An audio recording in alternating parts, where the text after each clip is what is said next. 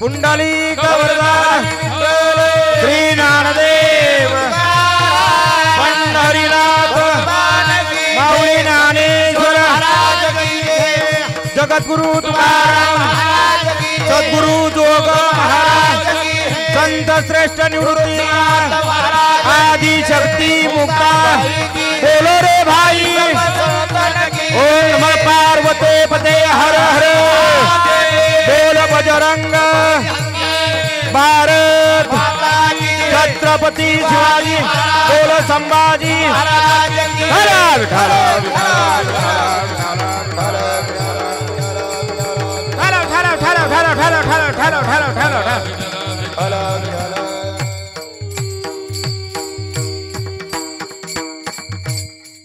तो भला शेवट तो भला माझा भाऊ गोड झाला आलो निजाच्या मायेरा बेटी रुक्माईच्या बरा परिहार झाला अवघ्या दुःखाचा मागेला आलो निजाच्या माहेरा बेटी रुक्माईच्या परा तुका म्हणे वाणी गेली आता घेऊ धनी आलो निजाच्या माहेरा बेटी रुक्माईच्या वरा बोला सर्वांनी विठ्ठल विठ्ठल विठ्ठल विठ्ठल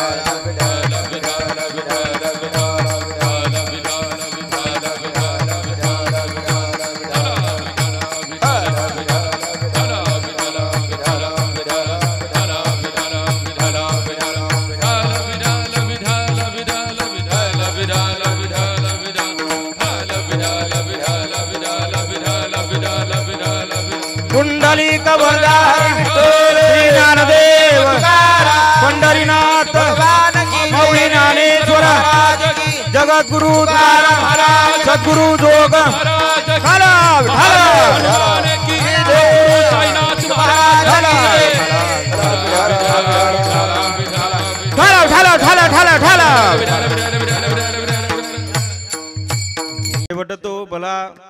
शेवट तो भला माझा भाऊ गोड झाला आलो निजाच्या मायेरा बेटी रुक्माईच्या बरा समचरण सरोजम सांद्रणीला बुधापम जगननीत पाणी मंडनम मंडनानं तरुण तुलसीमाला कंदरम कंजनेत्रम सदैदवलासं श्री विठ्ठलं चिंतयामि पांडुरंगा करो प्रथम पांडुरंगा करो प्रथम पांडुरंगा करो प्रथम पांडुरंगा करो प्रथम दुसरे चरणा संताजिया दुसरे चरण संताजिया दुसरे चरण संताजिया हो त्यांचा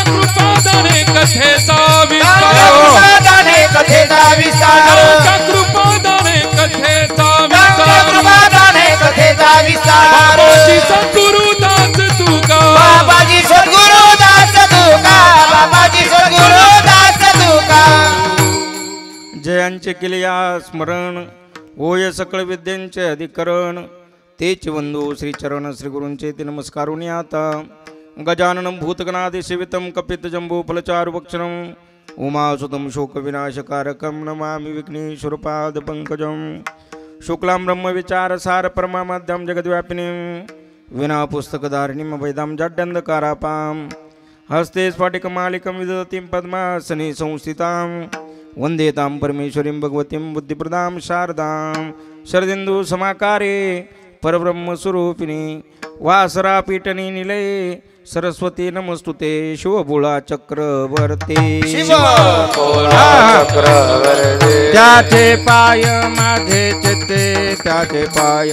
त्याचे पाय माझे चित्ते त्याचे पाय माझे चित्ते त्याचे पाय माझे चित्ते त्याचे पाय माझे चित्ते तुकाराम तुकाराम तुकाराम तुकाराम नाम घेता का पेयम नाम घेता का पेयम नाम घेता का पेयम नाम घेता का पेयम नाम घेता का पेयम नाम घेता का पेयम मस्तक हे पायावरी मस्तक हे पायावरी वार करे संताचा वार करे संताचा वार करे संताचा वार करे संताचा वार करे संताचा वार करे संताचा ए चौक भरी लाचनी चौक भरी लाचनी चौक भरेला आसने चौक भरेला हे पाचारिली कुलस्वामिनी पाचारिली कुलस्वामिनी पाचारीने कुलस्वामिनी पाचारीने कुलस्वामिनी आगा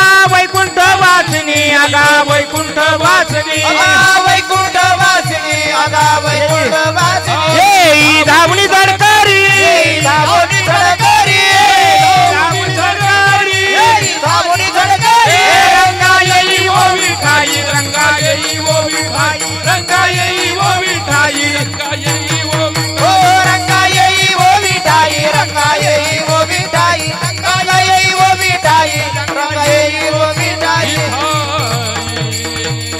ठाराव ठाराव हॅलो हॅलो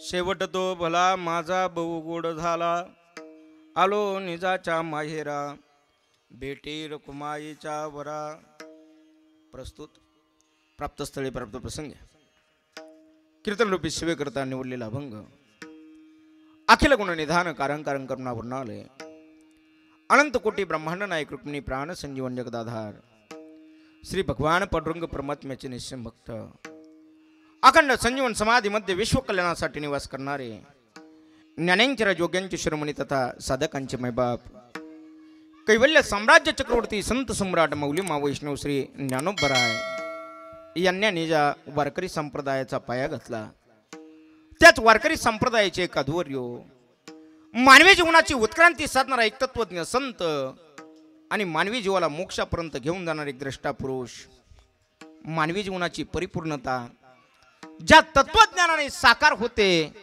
त्या तत्वज्ञानाला विवेकाची जोड देऊन वैराग्याची झालर लावून भक्तीच्या अंतःकरणाने मोक्षाच्या गावाला जीवाला ज्यांनी पोचवलं भांडाऱ्या भामचंद्र घोरड्या डोंगरावरती जाऊन परमार्थाची साधना करून नोहे नोहे देहासगट वैकुंठ गमन करून इतिहासाच्या पानावर सुवर्णाक्षरांनी आपलं नाव कोरलं असे इंद्रायणी तीरनिवासी देहग्रामवासी श्री जगद्गुरु तुकोबराय यांच्या मुखातून निघालेली ही अलौकिक अक्षराच्या कीर्तना करता विठाला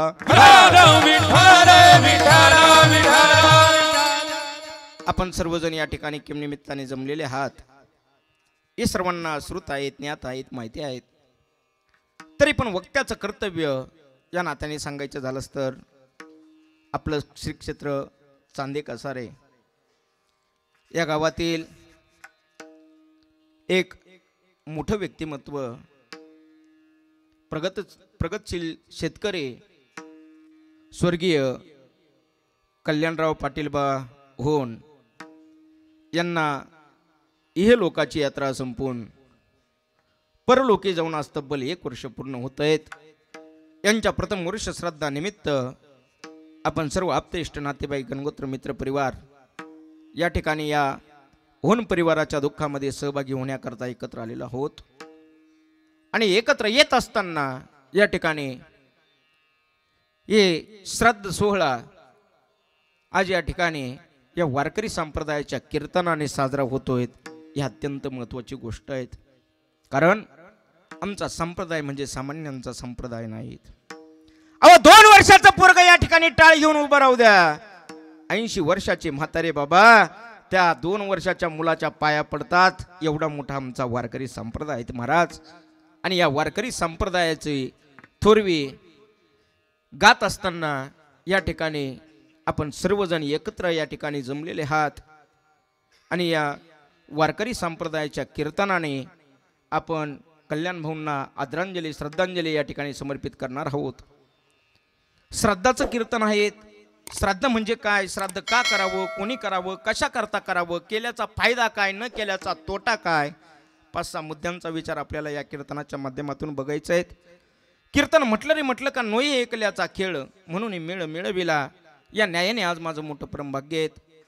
महाराष्ट्रातील अत्यंत डायमंड कलाकार म्हणल्यापेक्षा गुणीजन मंडळी आज माझ्या कीर्तन साथीकरता उपस्थित आहेत.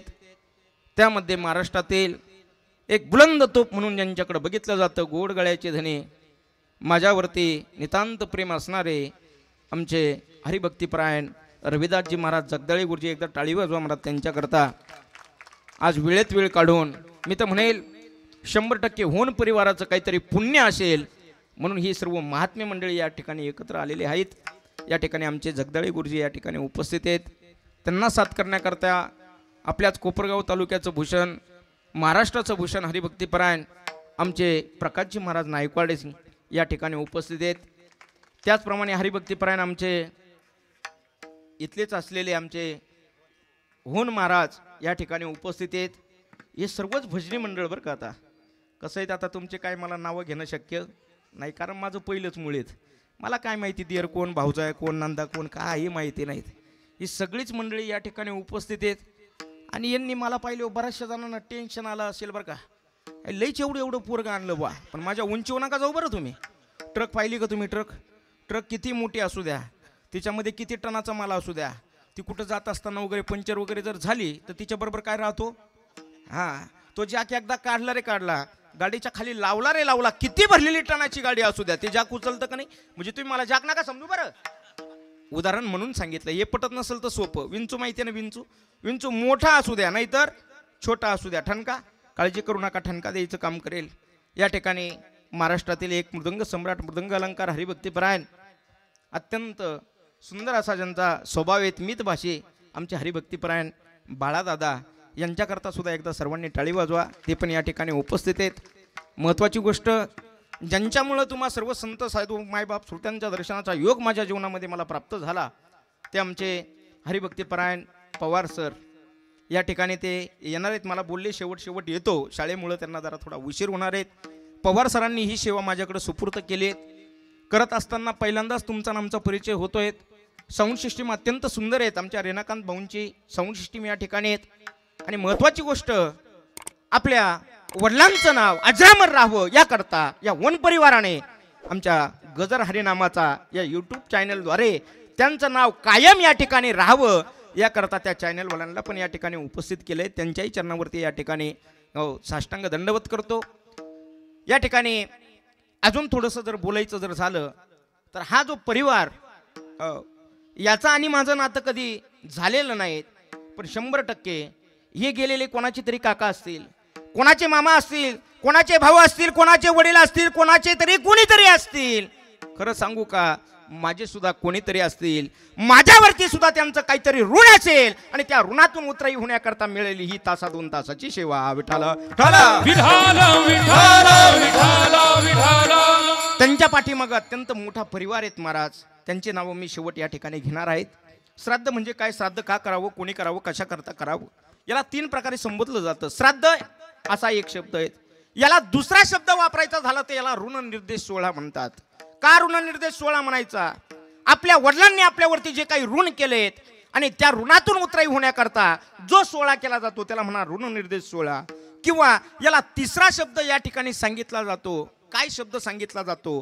पहिला म्हणजे श्राद्ध, दुसरा म्हणजे पुण्यस्मरण आणि तिसरा म्हणजे कशा करता हे शब्द वापरले जातात? ज्यांच्या जीवनामध्ये ज्यांनी पुण्य संपादन केलं आणि ते गेल्यानंतर जे केलं जातं त्याला म्हणायचं पुण्यस्मरण. विठ्ठल अभंग अत्यंत सुंदर आहेत. जगद्गुरु तुकोबरायांचा अभंग आहे. जगद्गुरु तुकोबराय या अभंगाच्या माध्यमातून सांगताय काय की माझा शेवट चांगला झाला, माझा शेवट गोड झाला. कशा पद्धतीने गोड झाला याचं विवेचन या चिंतनाद्वारे करतायत. असंही महाराज मनुष्य जीवन तुम्हाला आम्हाला प्राप्त झालं. पण प्राप्त झाल्यानंतर याचं मर्म, याचं कर्म, याचं वर्म हे तुम्हाला आम्हाला सगळ्यांना समजलं असं म्हणता येणार नाही. हे जर सगळ्यांना समजलंच असतं भाऊ, तर या ठिकाणी लोकांना कीर्तन झाल्यावर सांगावं लागलं नसतं काय कीर्तन चालू होते पुढे येऊन बसा. ज्या अर्थी लोकांना अजून सांगावं लागतंय त्या अर्थी लोकांना या देहाचं मर्म कळालेलं नाहीत. हा देह कशा करता दिलाय याचं वर्म अजून लोकांना समजलेलं नाहीत. बघा ना तुम्ही, तसं जर बघायला गेलं हे अत्यंत दुर्लभ सांगितले. दुर्लभोत्रयमय वैतत देवानुग्रम हेतुकम मनुष्यत्वम मुमुक्षत्वम महापुरुष संशया. नरदेह दुर्लभ जाना, क्या बात है? तुम्ही वासुदेव वासुदेव म्हणा. नरदेह दुर्लभ जाना रे तुम्ही वासुदेव वासुदेव म्हणा. शतवर्षाची गणना रे तुम्ही वासुदेव वासुदेव म्हणा. वर्षाची गणना रे तुम्ही वासुदेव वासुदेव म्हणा. मध्ये दुःख यातना रे तुम्ही वासुदेव वासुदेव म्हणा. मध्ये दुःख यातना रे तुम्ही वासुदेव वासुदेव म्हणा. तुम्ही आठवा मधुसूदन रे तुम्ही वासुदेव वासुदेव म्हणा. तुम्ही आठवा मधुसूदन रे तुम्ही वासुदेव वासुदेव म्हणा. वासुदेव वासुदेव म्हणा रे तुम्ही वासुदेव वासुदेव म्हणा. वासुदेव वासुदेव म्हणा रे तुम्ही वासुदेव वासुदेव वासुदेव म्हणा रे तुम्ही वासुदेव वासुदेव म्हणा. वासुदेव वासुदेव तुम्ही वासुदेव वासुदेव म्हणा.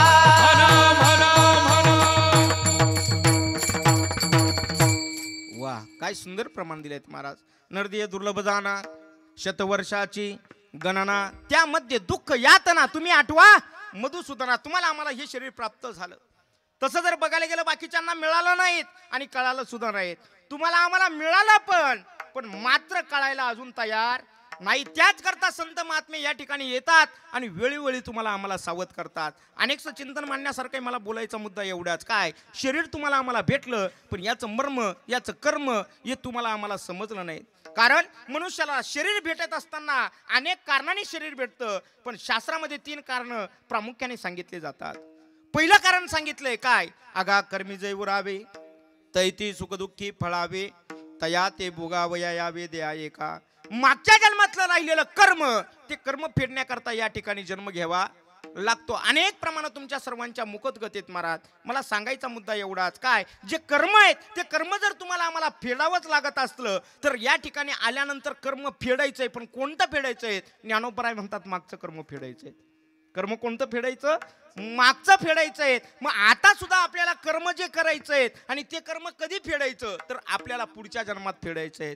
त्याच करता संत महात्मे सांगतात, जर तुम्हाला मागचं फेडायचंय. बरेचसे लोक म्हणतात का हो, आम्ही तर एवढे त्या ठिकाणी वारी करतो, एवढे कीर्तन ऐकतो, एवढे प्रवचन ऐकतो, गळ्यामध्ये तुळशीची माळ आहेत, आम्ही कधी वाईट विचार करत नाही, तरी कोणतंही दुःख बघावं तर ते आमच्याच घरामध्ये येतं. असं का घडतं? त्याचं एकच कारण महाराज, काय मागं जे कर्म केलं ना ते तुम्हाला भोगावं लागणार आहे.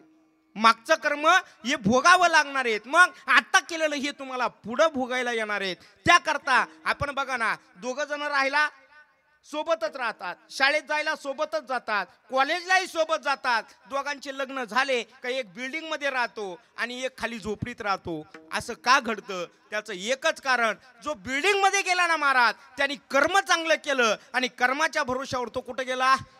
वरती गेला. म्हणजे थोडक्यात काय केलं महाराज, त्याने त्या ठिकाणी प्रयत्न करून त्या ठिकाणी तो बिल्डिंग मध्ये गेला. पण हा जो होता ना महाराज, यांनी याच्या जीवनामध्ये कधी बदल केला नाही. आणि जोपर्यंत मनुष्य जीवनामध्ये बदल करत नाही तोपर्यंत मनुष्याचं जीवन हे मनुष्य जीवन म्हणता येणार नाही. कितीतरी उदाहरणं तुमच्या पुढे सांगेल. मला एक सांगा, कुत्र डुकर मांजरं वगैरे सगळे तुम्ही प्राणी बघतात, आपल्यापेक्षा वाखाणण्याजोगे गुण हे सुद्धा त्यांच्याकडे तुम्ही बघतात. तुम्ही बघा, एखाद्याच्या घरी जर चोरी झाली, त्या चोरीचा तपास जर पोलिसांना लागला नाही तर त्या ठिकाणी कोणाची नेमणूक केली जाते हो? कुत्र्याची नेमणूक केली का त्या कुत्र्याच्या श्वसन इंद्रियामध्ये भगवंताने इतका सुंदर गुण दिलाय का ते वासाने चोराच्या घरी जातं आणि चोरांना पोलिसांच्या ताब्यात काय करतं? मला मुद्दा काय मांडायचा आहे, जर समजा प्राण्यांमध्ये भगवंताने एवढी शक्ती दिली आहे, मग तुमच्या आमच्यात शक्ती दिली नाही का महाराज? उलट खरंच सांगू का, प्राण्यांपेक्षा जे श्रेष्ठत्व दिलं ते या देहाला दिलं. याला जे कळतं ना महाराज, ते बाकी कोणालाही कळत नाही. आता मी जर ठरवलं, माझ्याकडे पहा जरा, मी जर ठरवलं काय भारताचा राष्ट्रपती व्हायचं, होता येईल का नाही हो? चांदेका सराचा सरपंच नाही म्हणून राहिलो, तुमचे लई चेहरे उतरलेत. काय म्हणून राहिलोय मी? भारताचा राष्ट्रपती व्हायचं, होता येईल का हो मला? मी राष्ट्रपती होईल का काय मला माहिती नाहीत. आमचे पुढे भाऊ बसलेत, यांनी जर ठरवलं काय मला या ठिकाणी कलेक्टर व्हायचं, ते होतील का काय मला माहिती नाहीत. आमचे टोपीवाले बाबा बसलेत, यांनी जर ठरवलं काय मला या ठिकाणी वकील व्हायचं, ते होतील का काय मला माहिती नाहीत. आमच्या बाळादादांनी ठरवलं काय मला मुख्यमंत्री व्हायचं, हे सगळे काय होतील मला माहिती नाहीत. पण या सगळ्यांनी जर ठरवलं काय मला देव व्हायचं, होता येईल का नाही महाराज? तुम्ही बाकी काय व्हाल मला माहिती नाही, पण या शरीराने तुम्ही जर ठरवलं तर तुम्हाला देव होता येत.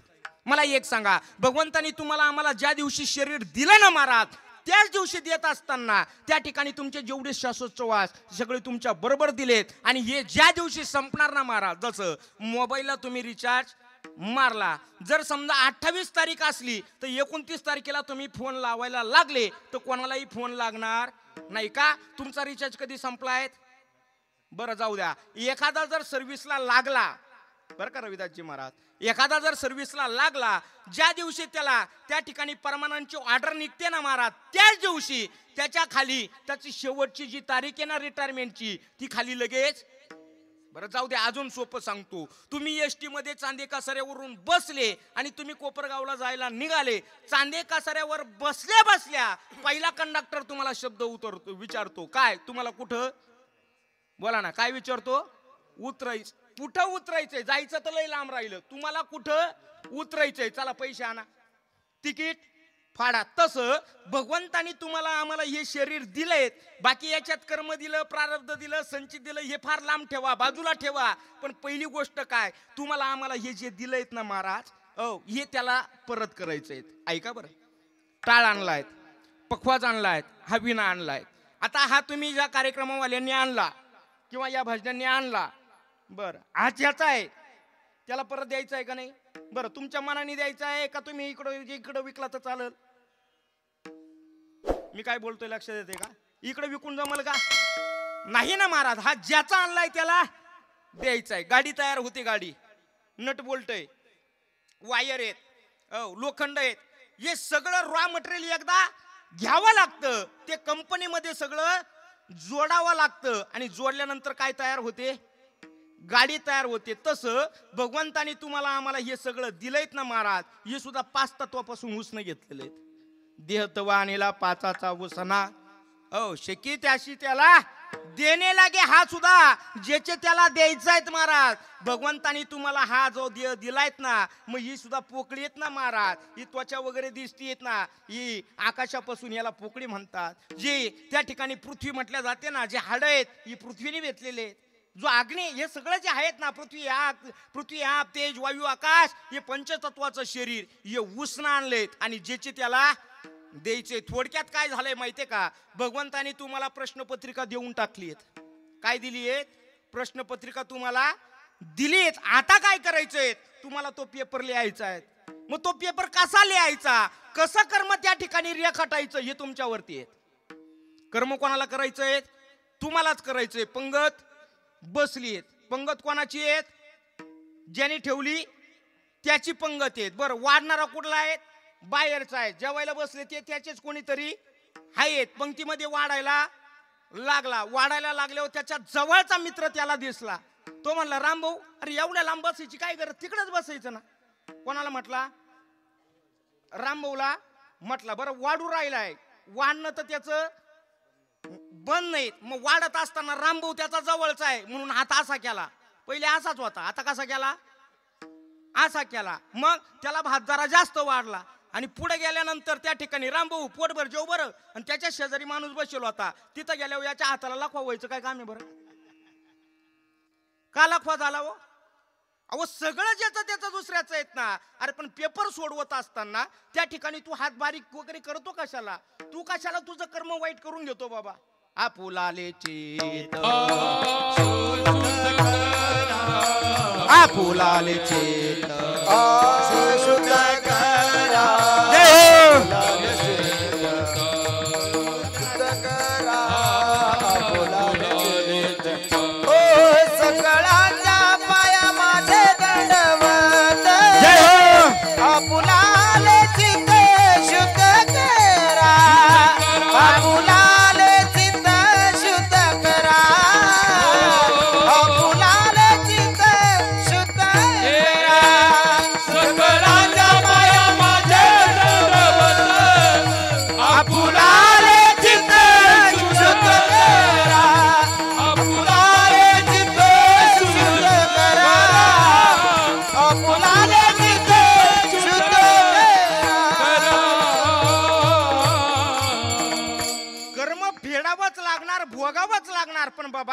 कर्म चांगलं करायचं का वाईट करायचं हे तुमच्यावर अवलंबून आहे. एक भजनी उठला, 2 बैल घेतले.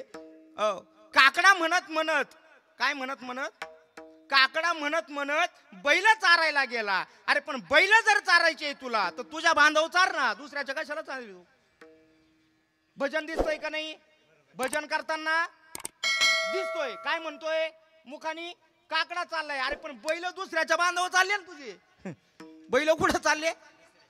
हो, पण तो काकडा केल्याचा काही उपयोग नाही ना. मग ते बैल मांडवून म्हणता कळाला कळाला, तुझा काकडा कळाला आम्हाला, तुझा काकडा आम्हाला कळाला. अरे तुला काकडा करायचा ना, मग तुझ्या बांधावरती बैल सुद्धा म्हणते बाबा अरे तुझ्या बांधव चार ना आम्हाला, आम्ही तुझ्या करता कष्ट तो. तुम्ही बैल आणली कशाला? एकच होता तुमच्याकडे, एक दुसऱ्याचा आणला. मग दुसऱ्यानी पण त्या ठिकाणी आपल्या बैलाच्या खांद्याला लावून काम केलं ना, बरोबर. मग आता सगळं काम उरकलं, मग आता तो नेऊन द्यायचा आहे. पण त्याच्या अगोदर तू दोघांना काय टाकणार आहे? चारा टाकणार आहे. पण तुझ्या बैलाला 4 टाकीतो, याला 2च टाकीतो. असं करतो कशाला बाबा? कर्म तर करायचंच आहेत ना तुला, मग सारखं कर ना बाबा कर्म. कर्म कसं करायचं हे तुमच्या आमच्या हातात येत ना महाराज. बघा ना तुम्ही, कर्म थोडं जरी चुकलं, अहो एखाद्याचं अंतकरण जरी दुखवलं गेलं ना महाराज, ते सुद्धा कर्म बनतं आणि ते कधी ना कधी फेडावं लागतं. ते सुद्धा कदापि चुकत. भीष्माचार्य बघा ना तुम्ही महाराज, काय कर्म चुकलं होतं महाराज? या जन्मातलं नव्हतं चुकलं, मागच्या जन्मातलं चुकलं होतं. भगवान श्रीकृष्ण परमात्मा भेटण्याकरता आलेत. आणि भगवान श्रीकृष्ण परमात्मा ज्यावेळेस भेटण्याकरता आलेत ना महाराज, भीष्माचार्य षडपंजिरीवर पडलेले आहेत. हात जोडताय, भगवंता डोक्याच्या बाजूने नको रे उभं राहू. भागवतात फार सुंदर प्रसंग आलेला आहेत महाराज. ये ना माझ्या पायाच्या बाजूने, बघू दे तुझं स्वरूप. अरे असं म्हणतात मनुष्य तर तुझं स्वरूप बघत या ठिकाणी जर त्यांनी देह ठेवला तर अंतकालेचे मामे व स्मरण मुक्त कलेवर तो करीना स्वामी. जय हो. जब प्राण तन से निकले, इतना तो करीना स्वामी. जब प्राण तन से निकले, इतना तो करना स्वामी. जब प्राण तन से निकले, इतना तो करना स्वामी. जब प्राण तन से निकले.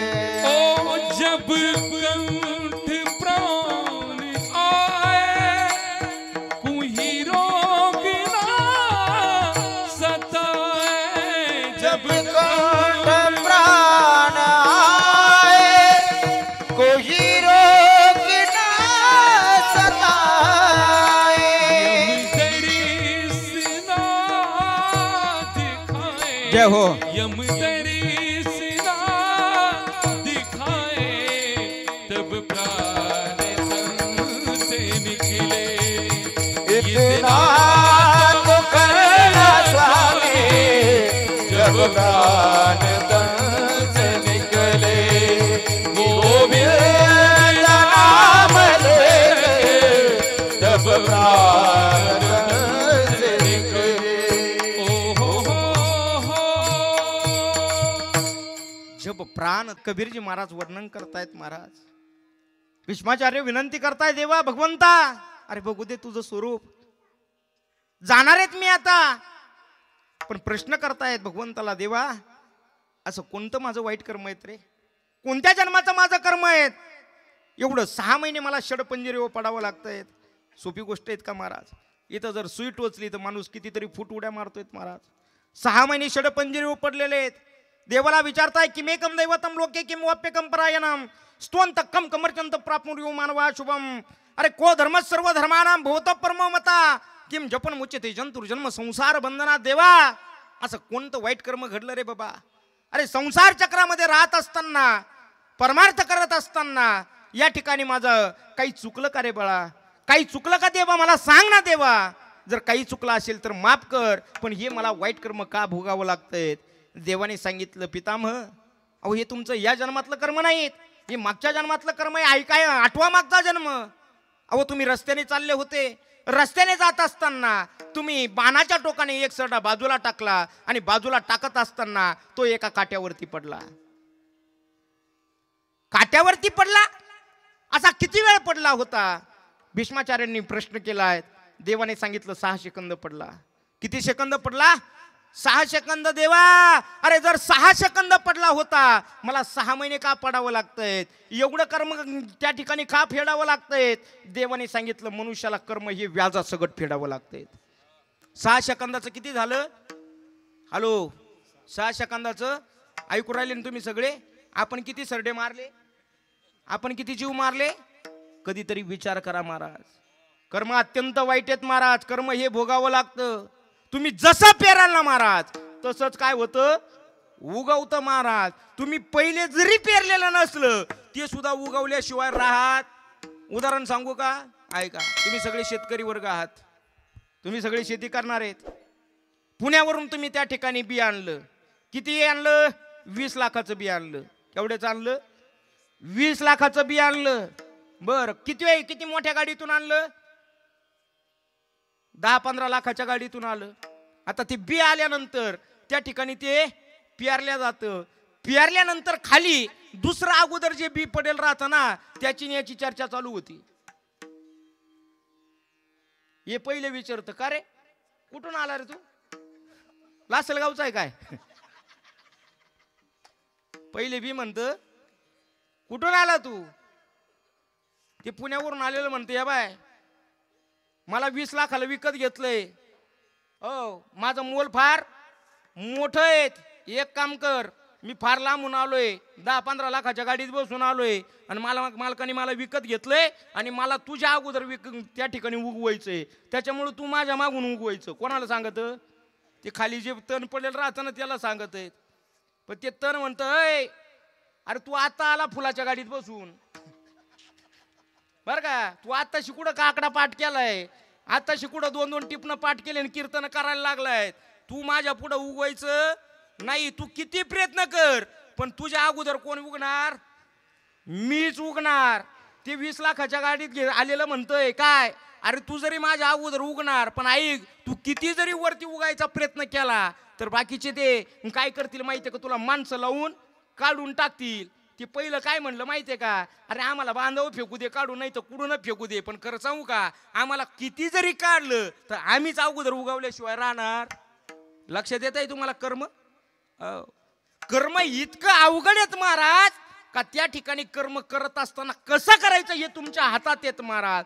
त्याकरता संत महात्मे तुम्हाला आम्हाला विनंती करतात की बाबा हो, शरीर भेटलंयत ना, याचा वेच व्यवस्थित पद्धतीने करा. कारण हे शरीर पुन्हा पुन्हा नाही, हे एक दिवस जाणार. ही त्या ठिकाणी काळ्या दगडावरची रेग येत महाराज. एक ना एक दिवस तुम्हाला आम्हाला जायचंय, पण जात असताना तुम्हाला जो पेपर सोडवायचा आहे ना, तो सामान्य पेपर नाहीत महाराज. ऐका, आता कल्याण बापू गेलेत महाराज, ते गेले, त्यांच्या मार्गाला लागलेत.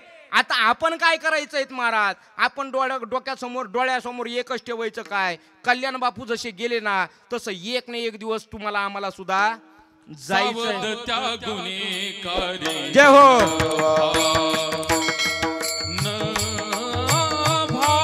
जय हो.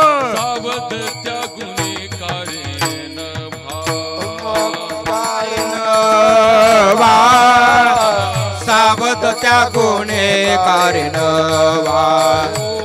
कारेन वा, सावध त्या गुन्हेगारीन.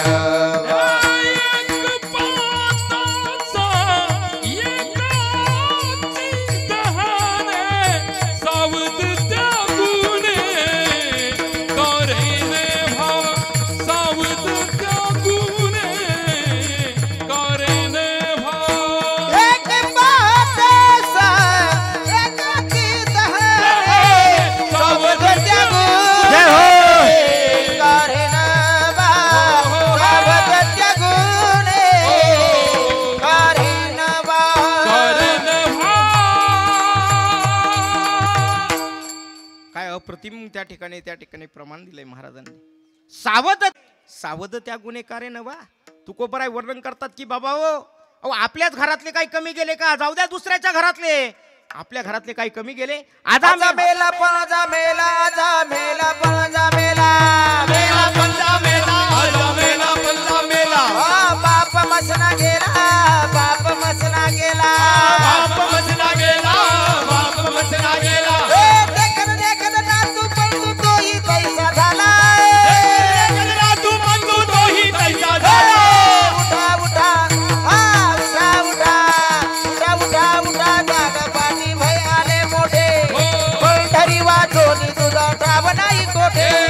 उठा उठा जागा पाठी भयाले मोठे पंढरी वाचोली तुझा ठाव नाही मोठे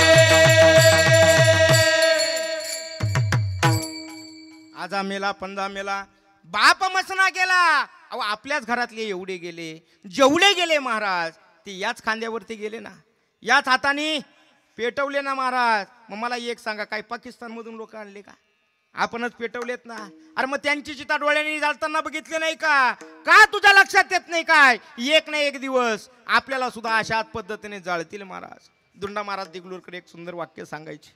मनुष्य सकाळी उठला ना, त्यांनी घरातली देवपूजा केली ना, नाही करता आली तर करू नका, देवदर्शनाला नाही जाता आलं तर जाऊ नका, पण एक काम करा, तुम्हाला तुमच्या ड्युटीवर जाण्याच्या अगोदर, कामावर जाण्याच्या अगोदर एक काम करा, स्मशानभूमीत जा, स्मशानभूमीचं दर्शन करा आणि मग आपल्या कामाला लागा. का सांगायचेत महाराज? त्याचं एकच कारण, मनुष्याच्या डोळ्यासमोर जर मरण राहिलं ना राहिलं का त्या ठिकाणी मनुष्य सावध होतो महाराज.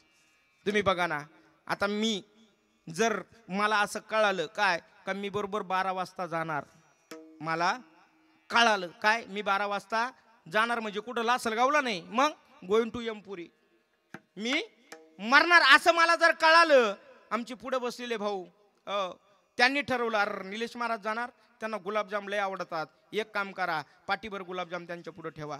आमचे शेजारचे टोपीवाले बसले, त्यांनी ठरवलं काय एक काम करा निलेश महाराजांना 12 वाजेपर्यंत का होईना 2-5 लाख रुपये खर्चायला देऊन टाका. हो तुम्हाला जे जे वाटेल ते तुम्ही मला देऊन टाकलं. रविदास महाराज म्हटले अरे अरे अख्खं आयुष्य याचं गेलं, पण याला नीट रूप पाहताच अभंग म्हणता आला नाही, याला गाळा चांगला नाही, एक काम करा आपला कंठ जरा याला देऊन टाका. यांनी कंठ दिलं. सगळं काही गोष्टी मला जेवढ्या गोष्टी मला आवडतात सगळ्या माझ्या पुढे ठेवल्या. मला कोणती गोष्ट घ्यावं वाटलं? काय गोड लागल मला? काहीच नाहीत ना महाराज. माझ्या डोळ्यासमोर एकच काय 12. माझे 12 कधी वाजणार म्हणजे 12 वरती माझं फक्त लक्ष राहणार. मनुष्याला मरण कळलं ना महाराज, मनुष्य सावध होतो. त्याकरता संत महात्मे म्हणतात अरे तुम्ही का सावध होत नाहीत? तुम्ही सावध व्हा, सावध त्या गुन्हेगारे नवा. अरे मारा हाका देवा भय अट्टाशे, जव काळ आईशे दुरी ठेला. जोपर्यंत काळ लांब येत ना बाबा, माझा कधी बुडबुडा फुटणार, तुमचा कधी बुडबुडा फुटणार हे तुम्हाला आम्हाला माहिती नाहीत महाराज. मी या ठिकाणी उभा आहे त्या स्टेजवरती, या स्टेजवरून बाजूला होईल काय गॅरंटी आहेत महाराज? क्या भरोसा है इस जिंदगी का, क्या भरोसा है इस जिंदगी का, साथ देती नहीं, देती नहीं, साथ देती नहीं, साथ देती नहीं, साथ देती नहीं वो किसी का. क्या भरोसा है जिंदगी का, क्या भरोसा है इस जिंदगी का, क्या भरोसा है इस जिंदगी का, क्या भरोसा है इस जिंदगी का. सांस रुक जाएगी चलते चलते, सांस रुक जाएगी चलते चलते, क्षमा बुझ जाएगी चलते चलते, शम्मा बुझ जाएगी चलते चलते. ऐका काय वर्णन केलंय महाराज कबीरजी महाराजांनी. श्वास रुक जाएगी चलते चलते, क्षमा बुझ जाएगी चलते चलते. जायचंय महाराज तुम्हाला आम्हाला. देहाचं मर्म जाणून घ्या. नाही भेटणार पुन्हा पुन्हा, शेवटची पाळी एक मनुष्य जन्म. चुकलिया वर्म फेरा पडे, फेरा सामान्य नाही एक एक योनी, कोटी कोटी फेरा आणि मग लागे वारा मानवाचा. बाकीचे कोट्यावधी वेळेस एक एक जन्म त्या ठिकाणी फिरायचं आहे. एवढं सोपं नाहीत महाराज. सावध व्हा, सावध व्हा. ऐका ना तुम्ही महाराज, मला एक सांगा, मी मरणाच्या अगोदर लाकडं तयार आहे का? मी अगोदर तयार आहे हो? बोला ना महाराज. लाकडं अगोदर तयार आहेत. रडणारे अगोदर तयार आहे का? मी अगोदर तयार आहे हो? रडणारे अगोदर तयार आहेत महाराज. माझ्या गौऱ्या अगोदर तयार का? मी अगोदर तयार. तुम्ही माझं काय वाट पाहू नये काय? ऐका ना महाराज, जायचंय एक ना एक दिवस जायचंय महाराज. हलक्यात घेऊ नका, खरंच हलक्यात घेऊ नका. आपण मरण म्हणजे फार हलक्यात घ्यायला लागलोय.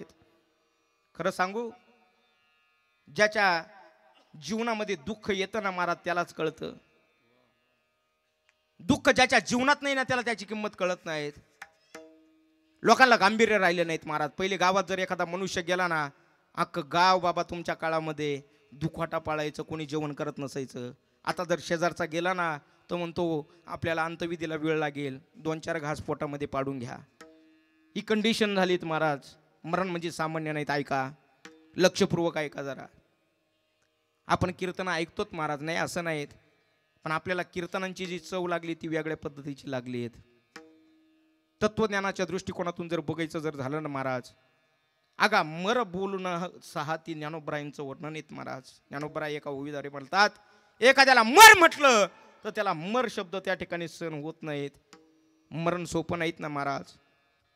या होन परिवारातील आज एक कल्याण बापू गेलेत महाराज. आलेल्यांना तुम्हाला आम्हाला किती दुःख असेल हे मला माहिती नाहीत, पण त्यांची जी मुलं असतील, त्यांच्या ज्या मुले असतील, त्यांच्या ज्या बहिणी असतील ना महाराज, जे रक्ताचं नातं आहे त्यांना विचारा काय कल्याण बापू म्हणजे कोण होते, काय होते, त्यांना कळेल महाराज त्यांची किंमत. तुम्हाला आम्हाला नाही कळणार. अरे ज्याला हात नसेल त्या थोट्याला जाऊन विचारा हाताची किंमत काय, ज्याला पाय नसेल त्या पांगल्याला जाऊन विचारा पायाची किंमत काय, आणि ज्याला आई नसेल, ज्याला बाप नसेल ना त्याला जाऊन विचारा महाराज आई बापाची किंमत काय. जोपर्यंत हयात आहे तोपर्यंत आपल्याला त्यांची किंमत कळत नाहीत, पण त्यांची किंमत जाणून घ्या. जगद्गुरु तुकोबरायांच्या ह्या सगळ्या गोष्टी लक्षात आल्या होत्या. काय मनुष्य संसाराला आला का संसारामध्ये एवढा गुंतून राहतो का त्याला त्या ठिकाणी ज्या साध्यापर्यंत पोहोचायचंय त्याचं विस्मरण त्याला झाल्याशिवाय राहत नाहीत. एक ना एक दिवस आपल्याला भगवान पांडुरंग परमात्म्याच्या चरणावरती जाऊन लीन व्हायचंय, हे मनुष्य विसरून गेलाय. खरं साध्य काय तर भगवान पांडुरंग परमात्मा हे आपलं निश्चित साध्य आहेत महाराज, शेवटचं साध्य आहेत हे तुकोबरायांना माहिती होतं. आणि तुकोबराय त्याच करता वर्णन करताय काय की माझा शेवट होण्याकरता मी काय केलं, माझी प्रश्नपत्रिका सोडवण्याकरता मी काय केलं. इथं आल्यानंतर माझा पेपर सोडवत असताना देवाला काही घेणं नाहीत महाराज. ऐकून घ्या, तुमचं कर्म तुम्हाला फेडावं लागणार. ते चांगलं करायचं का वाईट करायचं हे तुमच्या जरी हातात आहेत. देव तुम्हाला म्हणणार नाही महाराज काय तुम्ही खुशाल विठ्ठलाच्या मंदिरामध्ये जा आणि बाहेर घरी जात असताना एक काम करा, तिथला मस्त नवा चपलाचा जोड घेऊन जा. पांडुरंग तुम्हाला अडवणार नाही. पांडुरंग तुम्हाला अडवणार नाहीत महाराज. तुम्ही कोणाचाही त्या ठिकाणी एखाद्या बाईचं मंगळसूत्र का चोरून आणा ना, तिथला पांडुरंग तुम्हाला येऊन तो धरणार नाही. कर्म कसं करा हे तुमच्या हातात आहे, पण एक ध्यानात ठेवा, शेवट जर चांगला करायचा असेल, तुकोबराय म्हणतात मी जसा शेवट चांगला केला ना तसा तुम्हाला करायचा आहे. अशा पद्धतीने पेपर सोडवता येईल तर सोडवा, नाहीतर असा पेपर सोडवता येणार नाही. अभंगाचं पहिलं चरण. शेवट तो भला, तो भला, शेवट तो भला, शेवट तो भला, शेवट तो भला, शेवट तो भला, शेवट तो भला, शेवट तो भला, शेवट तो भला, शेवट तो भला, शेवट तो भला, शेवट तो भला, शेवट तो भला, शेवट तो भला, शेवट तो भला, शेवट तो भला. माझा प्रभू माझा झाला, आलोनी जाता, आलोनी जाता, आलोनी जाता माहेरा, आलोनी जाता, आलोनी जाता, आलोनी जाता माहेरा. भला शेवट तो भला, माझा भाऊ गोड झाला, माझा भाऊ गोड झाला. जगद्गुरु तुकोबराय म्हणतात माझ्या जीवनामध्ये पेपर माझ्या वाट्यावर, प्रश्नपत्रिका माझ्या हातावरती आली आणि आल्यानंतर मी काय केलंय, मी माझा पेपर चांगला सोडवला. भगवंतानी काय केलंय महाराज, माझा भाऊ गोड झाला. भगवंतानी माझा शेवट चांगला केला. थोडक्यात माझा पेपर चांगला सुटल्या गेला. आपल्याला सुद्धा आपला पेपर सोडायचा आहे. कल्याण बापूंनी त्यांचा काय पेपर असेल तो सोडवलाय महाराज. त्यांचं कर्म त्यांचं प्रारब्ध हे त्यांच्या बरोबर आहेत. ऐका जरा, तुम्ही सगळे बसलेत, हे बाबा बसलेत ना पुढं, हे बाबा यांच्याकडे एक जुनं दबडं आहेत मोबाईलचं जुनं दबडं आहेत. घरातले पोरं म्हणले दादा किती दिवस जुनं दबडं वापरतात, तुम्हाला नवीन अँड्रॉइड फोन घेऊन देतो. बाबांना अँड्रॉइड फोन घेऊन दिला. मग जुनं दबडं लगेच फेकून दिलं का? नाहीत ना महाराज. मग त्याच्यातलं मेमरी कार्ड सिम कार्ड काढून घेतलं आणि नवीन मोबाईलमध्ये टाकलं. त्याचा परिणाम काय झाला? बाबांचे जेवढे कॉन्टॅक्ट नंबर होते ते नवीन मोबाईलमध्ये जसले तसे आलेत. बाबांचं बाकीचं सगळं जे मटेरियल होतं, काय काय जे होतं ते सगळं आलं महाराज. आता हे सगळं आल्यानंतर त्या ठिकाणी जुनं दबडं काय केलं? आता बोला ना, काय केलं?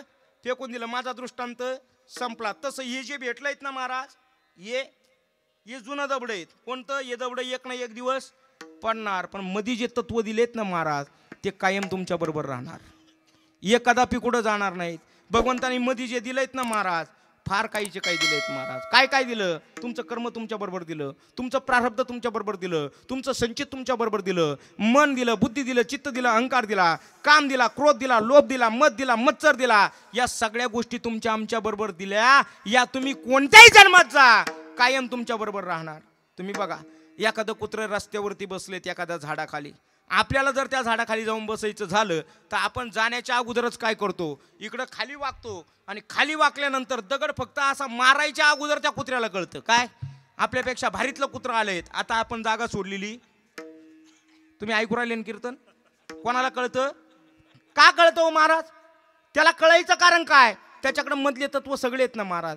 ते पण मागच्या जन्मात कधीतरी मनुष्य होतं महाराज. तुम्ही आपण सुद्धा कधीतरी कुत्रं मांजरं डुकरं होतो. म्हणूनच लोक म्हणतात काय गाढवासारखा वागतोय, म्हणतो का नाही महाराज? का ते गुण इकडं का दिसतात महाराज? त्याचं एकच कारण, हे कधीतरी आपल्याकडं होतं ना महाराज. मग मध्ये जे दिलेत ना महाराज, मध्ये अख्ख्या का असा खराटा आहे महाराज, अख्खा खराटा आहे. सांगू का अजून सोपं करून?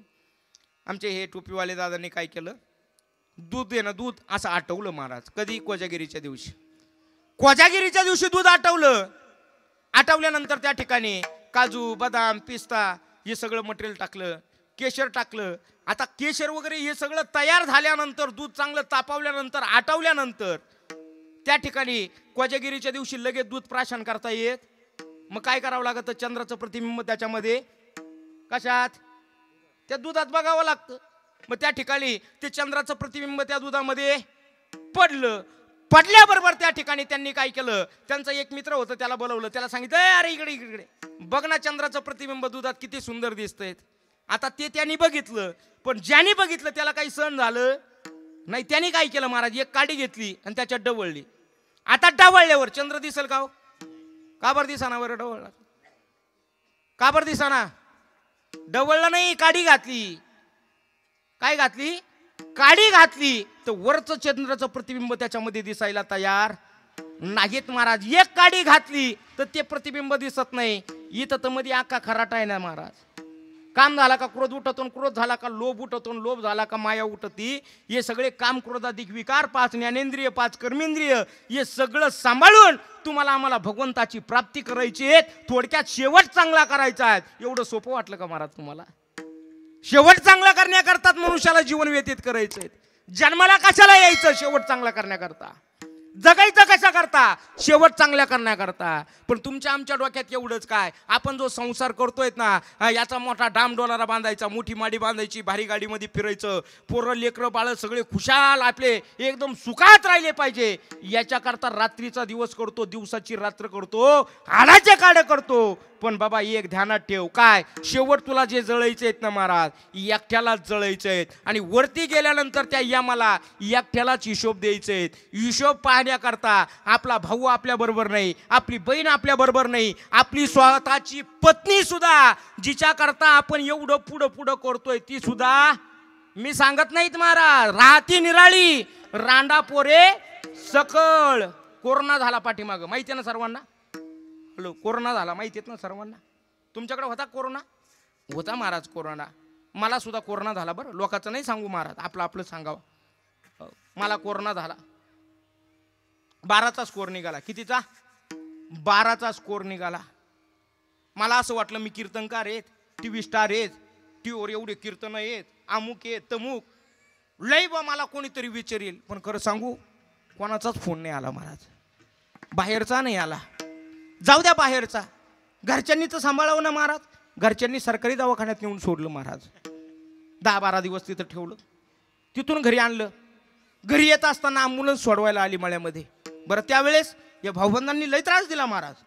हो, हे भाऊबंद काय करायचे, ज्याला कोरोना झाला ना महाराज त्याच्या घराला काठ्या लाव, बांबू लाव, हो काठ्या टाक. कोणाच्या घराला, हो ज्याला कोरोना झाला त्याच्या घराला हे सगळ्या गोष्टी करायच्या आहेत महाराज. ऐका बरं, ज्यावेळेस मळ्यामध्ये आलो ना मला असं वाटलं होतं काय मळ्यातले आजचे माणसं बाहेर उभी राहतील बुवा, निलेश महाराज आले, महाराज आले. खरं सांगू का कुत्रं नव्हतं महाराज बाहेर. बरं म्हटलं कुत्रं जवळ येतच नव्हतं, कुत्रं सुद्धा येईना महाराज त्यावेळेस जवळ. इतकी भयानक परिस्थिती होती. मी म्हटलं जाऊ द्या बाहेरचे नाही आले, आपल्या घरातून तरी कोणीतरी येईल. कोणीच नाही आलो घरातून बाहेर. माझी एक पोरगी महाराज, हो 2री-3रीला जाती. तिला वाटतं आपला बाप एवढा 10-12 दिवसांनी घरी आला, जावं बुवा त्याला भेटायला. पोरगी पळत यायला लागली. हे बायकोने आतमधून पाहिलं, बायकोने आवाज दिला, ए पुरी कुठे चालली बोंबलं, त्याला कोरोना व्हायले वय म्हणे मागं. कोण म्हणतंय, ऐकू राहिले ना तुम्ही. अहो ही परिस्थिती माझी सांगतोय असं नाही महाराज, प्रत्येकाचं तेच आहेत महाराज. राहती निराळी रांडा पोरे सकळ गोष्ट ध्यानात एकच ठेवा, काय शेवट चांगला करायचा आहे. मग शेवट जर चांगला करायचा असेल, कोणी कोणी शेवट चांगला केला, अनेक जणांनी केला ना महाराज शेवट चांगला. आमच्या मीराबाईला काय कमी त्रास दिला का महाराज. आपली मुलगी संत आहेत, आई बापाला कळलं का महाराज शेवटपर्यंत नाही कळालं. विष का प्याला राणाजीने भेजा, पिवत पिवत मीरा. पगे घुंगरू बांध मीरा नाची, पगे घुंगरू बांध मीरा नाची रे, पग घुंगरू बांध मीरा नाची रे, पग घुंगरू बांध मीरा नाची रे. इसका प्याला राजा जी ने भेजा, पिवत पिवत मीरा हाथी रे. इसका प्याला राजा जी ने भेजा, पिवत पिवत मीरा हाथी रे. तो अपने नारायण की हो गई दासी रे, पगे घुंगरू बांध मीरा नाची रे, पग घुंगरू बांध मीरा नाची रे, पग घुंगरू बांध मीरा नाची रे, पग घुंगरू बांध मीरा नाची रे. नाची रे. काय केलंय महाराज. अहो बापाने विष का प्याला दिला, विष दिलं महाराज प्यायला. पण काय केलं महाराज, शेवट चांगला करायचा होता. भगवान श्रीकृष्ण परमात्माच माझा पती आहेत, तोच माझा प्रिय आहेत. बस आता मला कोणीच नको आहेत महाराज. तुम्ही आपण पण भगवंत करतो महाराज, परमार्थ करतो, भगवंताकडे भेटीला जातो महाराज. पण आपण काय करतो माहितीये का, आपण हेतू वेगळा ठेवतो. देवाकडे गेलो, सत्यनारायणाची पूजा जरी केली तर भगवंताकडे केवढी मोठी लिस्ट देतो महाराज. एक काम करा, परमार्थ करायचा ना महाराज, परमार्थ करत असताना एकच काम करा. काय काम करा, भगवंताकडे हेतू चांगला ठेवा. सजन कसाया विकू लागे मास. काय केलं महाराज, सावता माळास कुरुपू लागे. फुकट कामं नाही केली महाराज संतांची. का, संतांनी हेतू चांगला ठेवला महाराज. आपण भगवंताच्या एका वारीला गेलो का देवाला सांगतो, देवा माझं चांगलं हे अमुक कर, माझं अमुक तसं कर, हा फलन तसं कर. त्याचा परिणाम भगवंत म्हणतो काय, हा स्वतःच्या स्वार्थासाठी जगतोय. कोणाकरता जगतोय, स्वतःच्या स्वार्थासाठी जगतोय. मनुष्याने स्वतःच्या स्वार्थासाठी जगायचं सोडलं रे सोडलं का भगवंत त्याच्यावर कृपा केल्याशिवाय राहत नाहीत महाराज. कधीतरी तुम्ही बघा, आमच्या ज्ञानोपरायांनी सुद्धा मागताना देवाकडं तो फक्त त्यांच्याकरता नाही मागितलं महाराज. मग आता विश्वात्मके देवे, काय मागणी आहेत महाराज. मी कशाकरता बोलतोय ऐका. हेतू चांगला ठेवून तुम्ही कार्य करा. हेतू चांगला ठेवून घरातच राहा. घरामध्ये जे ताट डोळ्यासमोर आलंयत ना, फक्त ते ताट आल्यावर फक्त एकच करा, काय मनामध्ये असा हेतू आणा, काय देवा हे ताट ना तुला नैवेद्य दाखवून माझ्या पुढं आलंय आणि हा तुझा प्रसादच आहेत, असा हेतू ठेवून त्या ठिकाणी ते जेवण करा. तो सुद्धा भगवान पांडुरंग परमात्म्याच्या मंदिरातला प्रसाद होईल महाराज. घरातलंच पाणी प्या, माठातलंच पाणी प्या, पण ते पाणी पित असताना एक काम करा, देवा अरे या तीर्थाने तुला अभिषेक केलाय आणि तुझ्या चरणाचं तीर्थच आम्ही पितोय, असा फक्त हेतू ठेवा. हेतू कळतो ना महाराज तुम्हाला. हेतू चांगला ठेवा. भाऊ कीर्तन करायचं आहे ना, पॉकेट देतील म्हणून कीर्तन करू नका. भगवंता करता कधीतरी कीर्तन करा महाराज. आता काय झालंय, कीर्तनाचा लय बाजारीकरण झालंय महाराज.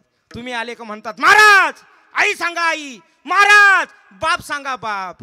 पण खरं सांगू का, आमचेच आई बाप आमच्यात नाही, आम्ही काय सांगणार तुमचे आई बाप तुम्हाला?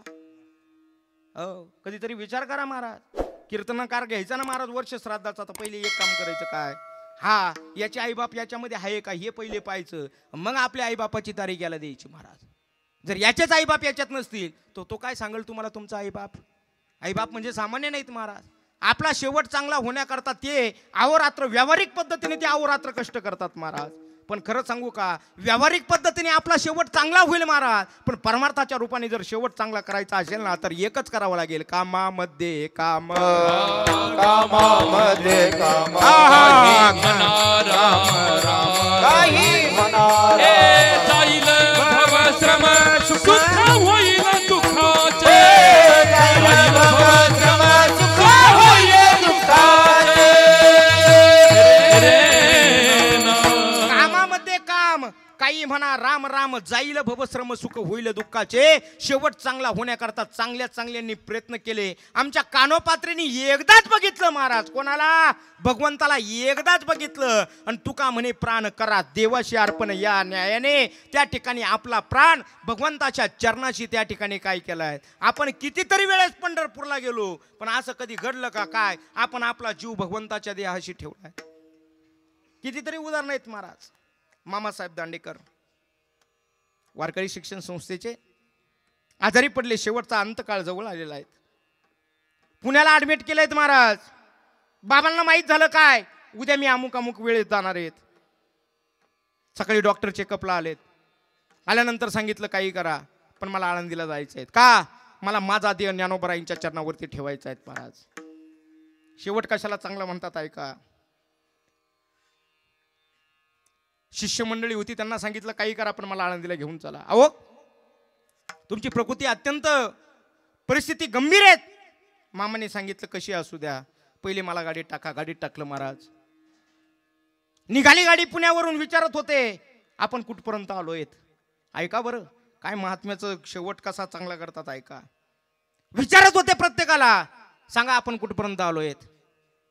सांगितलं गेलं काय, आपण भोसरीच्या पुढे निघालोयत. आता कुठं आलोयत? आता आपण कॉलेज जवळ आलोयत. आता कुठं आलोयत? थोरल्या पादुकांजवळ आलोयत.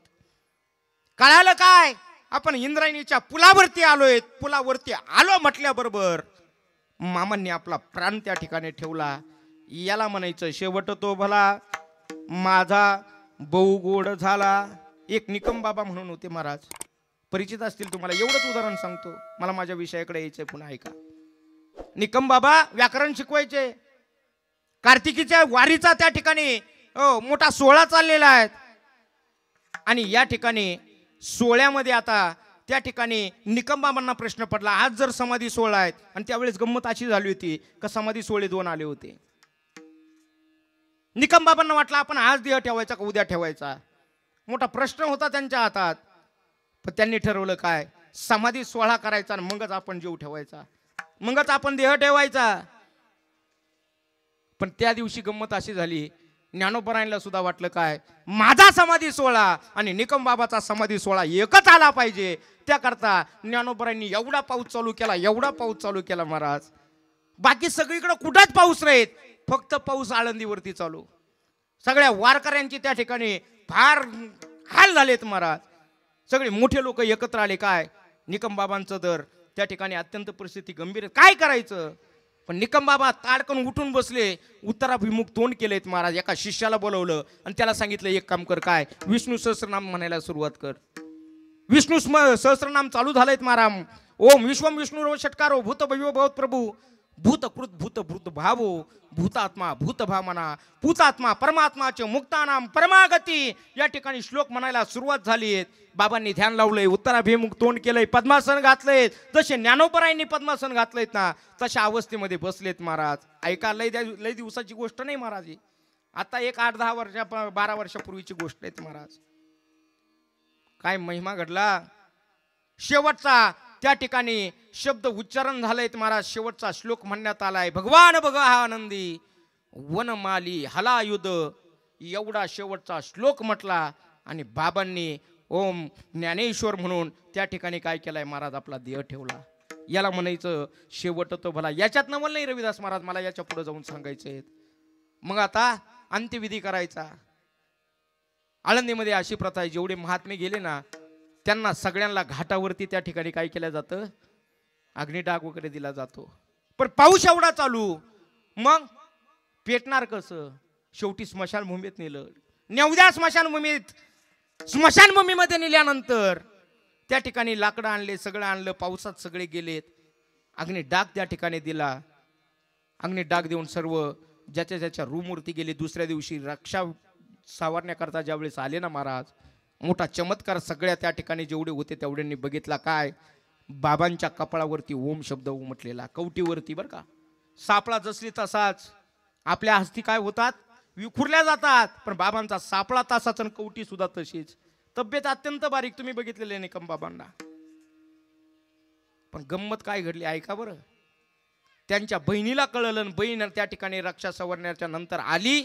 आल्याबरोबर फक्त कवटीला हात लागला, कवटीचा बार झाला महाराज. काय महात्म्याचं जीवन असतं.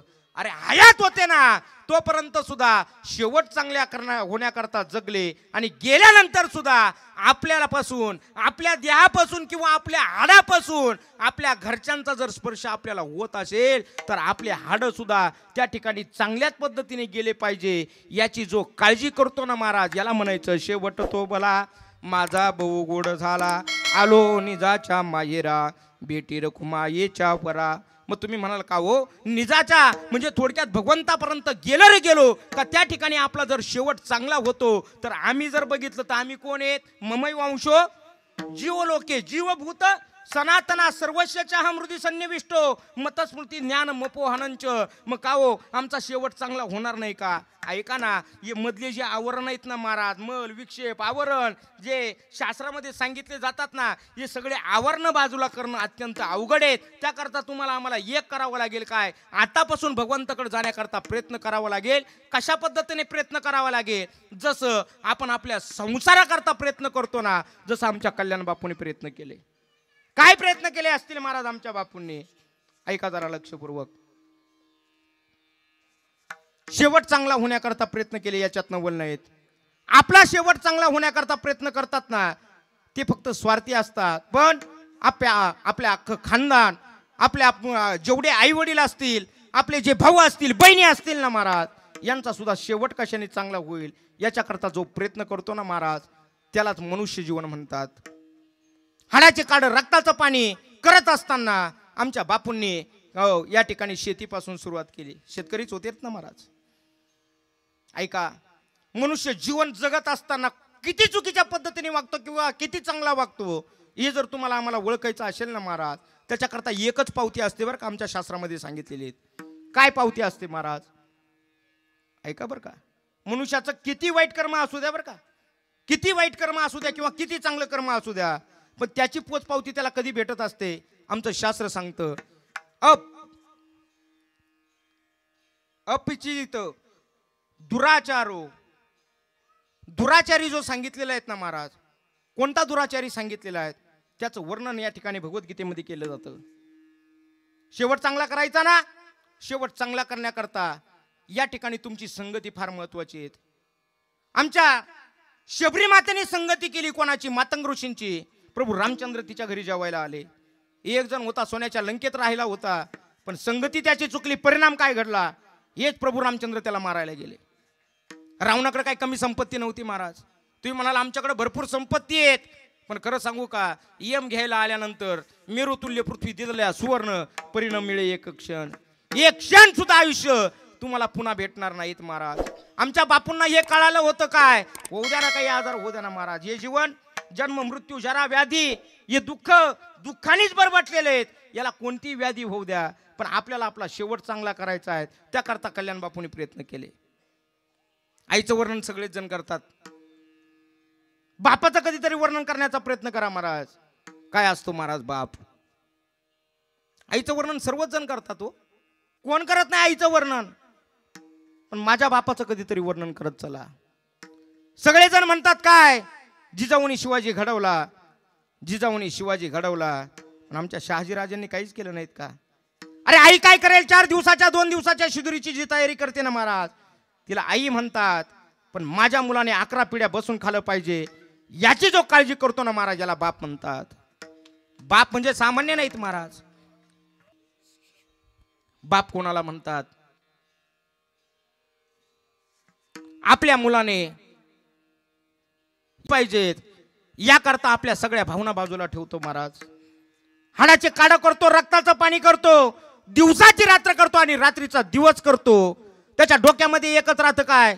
माझ्या मुलाने कधी कोणाच्या पुढे हात नाही पसरला पाहिजे, कोणाच्या पुढे हात नाही जोडले पाहिजे, याची जो काळजी करतो ना महाराज, याला बाप म्हणतात.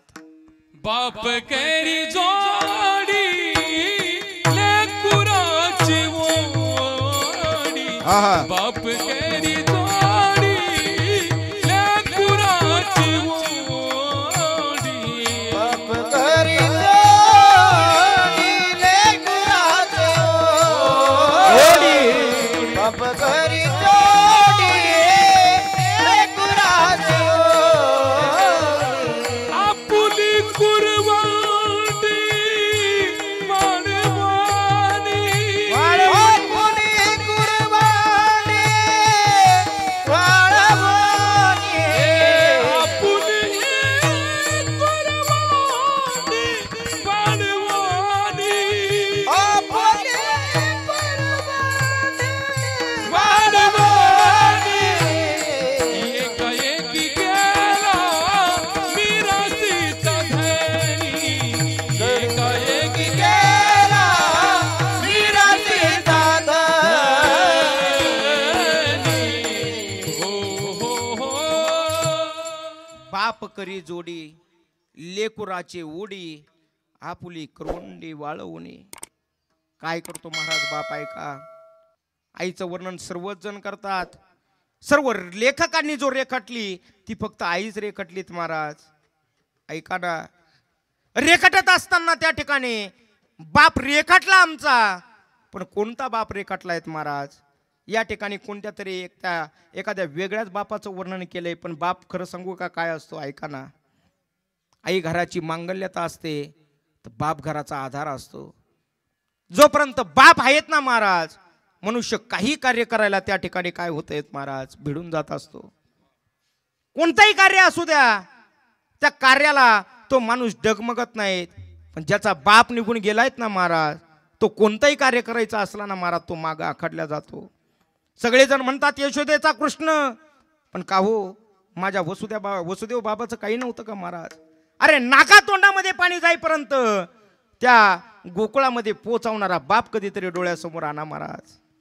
बाप सामान्य नाहीच हो, नाहीच महाराज. बाप सामान्य काय वर्णन केलंय महाराज त्या खानदेशी कवीने, फार सुंदर वर्णन केलंय महाराज. आता न कैरी तता न कैरी, कैरीने मारा मार हो, कैरी तुटणी दगड फुटना, त्यातून जुळजुळ पाणी वाय हो. आवाज दे दादा. काय असतो महाराज बाप? आपला मुलगा लहान असतो ना महाराज, तेव्हापासूनच इतके प्रयत्न करतो, इतके प्रयत्न करतो, सगळ्या भावना मारतो, आपल्या स्वतःच्या सगळ्या भावना मारतो. कधी आजारी जर पडला ना, कधी मेडिकल मध्ये जातो, तिथूनच एखादी गोळी घेतो, पण दवाखान्यात जाणार नाही का? मी जर दवाखान्यात गेलो, मला पैसे त्या ठिकाणी खर्च करावे लागतील, आणि हे पैसे जर मी खर्च केले माझ्या करता, तर माझ्या मुलाला मला बाजूला काही टाकता येणार नाही. याची जो काळजी करतो ना महाराज, याला बाप म्हणतात. उन्हाळा असू द्या, पावसाळा असू द्या, हिवाळा असू द्या, कोणताही ऋतू बघत नाहीत महाराज. त्या ठिकाणी त्या गव्हाला पाणी भरणारा हिवाळ्यात, भर हिवाळ्यात तो बाप कधीतरी डोळ्यासमोर आणा. बापाची चेष्टा करतो महाराज आम्ही कधीतरी कॉलेजवर, नावाने त्या ठिकाणी आम्ही चेस करतोय, पण खरं सांगू का, तो बाप आपल्या करता वावरामध्ये पाणी भरतोय, याची कधीतरी तरुण वर्गाने जाण ठेवा महाराज. मुलं म्हणतात काय केलं माझ्या करता, पण खरं सांगू, बापाने जे केलं ना महाराज, ते कोणीच करू शकत नाही. बाप शब्द म्हटला रे म्हटला, अरे छोटा संकट आला ना, तर रविदास बाबा सहज मुखातून निघता, आई ग पण मोठं संकट येऊ द्या, तो बापच आठवतो, दुसरं नाही आठवत महाराज. बाप बापच असतो. त्याच्यातले त्याच्यात मुलीचं आणि बापाचं प्रेम तर अग्रगण्य सांगितलंय महाराज. काय खानदेशी कवीने वर्णन केलंय, आता न कैरी तता न कैरी. लहानपणीच आई जावी महाराज एखाद्या मुलीची, मुलगी अगदी 6 महिन्याची आहे, त्या मुलीचं सगळं संगोपन तो बाप करतो. कशा करता ते संगोपन करतो? एवढ्याच करता करतो काय, मी जर दुसरं लग्न केलं आणि दुसरी आल्यावर माझ्या मुलीला नाही सांभाळलं तर कसं होईल? लग्न करत नाही महाराज तिच्या करता. तो त्या मुलीचं संगोपन करतो, दररोज तिला स्नान घालतो, दररोज गंध पावडर करतो, लहानाची मोठी हळूहळू करतो. आणि हळूहळू लहानाची मोठी करत करत करत नंतर शाळेत जायला लागते. तिचा आई सुद्धा तोच होतो आणि बाप सुद्धा तोच होतो रोहिदास बाबा. प्रत्येक वेळेस त्या ठिकाणी शाळेत सोडवायला जाईल, आणायला जाईल, आपलं काम करून त्या ठिकाणी तिची पण जोपासना तो करतो, तिचं पण संगोपन करतो. हळूहळू हळूहळू हळू मोठी होती महाराज ती मुलगी. रूपवान दिसते, कॉलेज संपल्या जातं. खरं सांगू का, मुलगी मोठी व्हायला लागली का बापाचं अंतकरण हे जड होत चालतं महाराज. का मुलं सांभाळणं एक वेळेस सोपं आहेत महाराज, पण मुलगी सांभाळायचं अत्यंत अवघड. आणि मुलींना खरंच सांगू का, जीवन जगत असताना काही करा, पण आपल्या बापाची मान ही समाजापुढे खाली होईल असं कधी वागायचा प्रयत्न करू नका. कारण या बापाने आपल्याकरता फार भावना मारल्या आहेत. सगळ्या पाहुण्या रावळ्यांना सांगतो, मुलगी रूपवान झाली, बघा एखादा चांगला संबंध, लग्न करायचंय तिचं. बघितला जातो महाराज, पाहुणे रावळे मदत करतात. बिन आईची वाढलेली मुलगी आहेत, यांनीच संगोपन केलंय, बघितलं जातं महाराज. पण ज्या वेळेस बघितलं जातं ना महाराज, आनंद होतो. आवडे आता तुझं लग्न लई थाटामाटात करील मी. अगं वेळ पडली ना, माझ्या काळजाची तुकड्याची जमीन विकील, पण तुझं लग्न फार थाटामाटात करील. खरं सांगू का, त्या मुलीचं सुद्धा बापावर काहीतरी वेगळंच प्रेम असतं महाराज. बाप जर कधी गावाला गेला ना, आई जसं प्रेम करते ना आपल्या लेकरावर, तशी मुलगी आपल्या बापावर प्रेम करते बरं का. रविदास बाबा, प्रत्येकाला एक कन्या पाहिजे महाराज. किती तुम्ही लांबून या, आल्यानंतर बाकीचे सगळे तुम्हाला विचारतील काय किती पैसे आणले, कुठे गेले होते, काय खाऊ आणला, पण मुलगी पहिले विचारील काय बाबा जेवले खाऊ तुम्ही. हे विचारणारी कोण असेल तर फक्त मुलगी, आई नंतर फक्त मुलगीच. बाबा गोळी घेतली का, बीपीचा त्रास आहे तुम्हाला, बाबा लिव्हरचा त्रास आहे तुम्हाला, बाबा गोळी घेतली का तुम्ही. मुलगा नाही विचारणार, या भानगडीत नाही पडणार. पण ती मुलगी वेळोवेळी आपल्या स्वतः जेवण नाही करत, वो बाप येईपर्यंत तशी उपाशी राहते. बाप आला का पाणी देते. तो बाप सांगत होता, तावडे तुझं लग्न असं करील ना, अख्खं गाव पाहत राहील असं लग्न करील. ज्या वेळेस झोपायला जातो ना, कारण बापाला बरं का दादा, बापाला कोणापुढे रडता सुद्धा येत नाही, नाही रडू शकत तो, त्याला रडताच येत नाही कोणापुढं. आई तशी रडून मोकळी होईल, पण ज्या दिवशी लग्न जमतं त्या दिवसापासून झोपायला गेला त्या उशीमध्ये तोंड खुपसून रडणारा बाप कधीतरी डोळ्यासमोर आणा. बरेचसे म्हणतात काय केलं माझ्या करता, पण खरं सांगू, खरंच बाप काय करतो मनुष्या करता. मनुष्याचं म्हणजे थोडक्यात आपलं सर्वस्व हे पणाला लावतो आणि आपल्या मुला लेकरांकरता जगतो, याला बाप म्हणतात महाराज. सकाळी उठला का मुली समोर गेला का रडत नाही, डोळ्यातून पाणी आणत नाहीत. पाहुण्या रावळ्यांकडे जातो, पत्रिका छापायला घेतो, पत्रिका छापतो, बँडवाल्याकडे जातो, मंडपवाल्याकडे जातो, आचार्याच्या पाया पडतो. माझ्या तावडीच्या लग्नात कमी नाही, पैशाची काळजी करू नका, पण माझ्या तावडीच्या लग्नात काही कमी पडता कामा नाहीत. खरं सांगू का, कोणाच्या जर लग्नाला गेले ना बाबा हो, कधी अण्णाला नाव ठेवू नका, कारण त्या बापानी कष्टाने तो पैसा त्या अन्नाला लावलेला असतो आणि तुम्ही जर त्याला नाव ठेवत असाल ना, तुमच्यासारखा दुर्भागी तुम्हीच. काय करतो महाराज तो बाप? लग्नाची सगळी उठाठेव करतो. लग्नाचा दिवस जवळ येतो, हळद ज्यावेळेस लागत राहते ना, सगळे त्या मुलीला हळद लावत राहतात. तो बाप तिच्या लग्नासाठी धावपळ करत असतो. जो पाहुणा येईल त्याला सांगत असतो, जेवण करा बरं, तसं जाऊ नका बरं. कशा करता मी बाप तुमच्या पुढे सांगतोय, ऐका महाराज. आता कालच मी आळंदीवरून आलो, तिथल्या बाबा अनाथ आश्रमाला मी त्या ठिकाणी भेट दिली. तिथे एक बाबा मला भेटले. वाईट वाटलं, माझ्या डोळ्याला पाणी आलं महाराज. का पाणी आलं? तो म्हटला माझा तो बाप मला सांगत होता, मला 4 मुलं आहेत, एक इंजिनियर, एक डॉक्टर आहेत, एक मोठ्या महिंद्राच्या कंपनीमध्ये आहेत आणि एक घरी मोठी शेती बघतो. मला 60 एकर शेती म्हटला. विशेष आहेत महाराज. तो म्हटला अगदी 10 बाय 10च्या खोलीमध्ये मी 4 मुलं लहानाचे मोठे केले. पण विशेष काय आहेत महाराज, त्या एवढा मोठा बंगलावाले लोक 4 बाय 4च्या खोलीमध्ये त्या आई बापाला सांभाळू शकत नाही. याच्यापेक्षा दुर्भाग्य काय आहेत महाराज. ते बाबा मला म्हणत होते, बाबा ओ महाराज धोत्रावर होतो महाराज, एखादा पाववडा खाऊ घाला म्हटलं.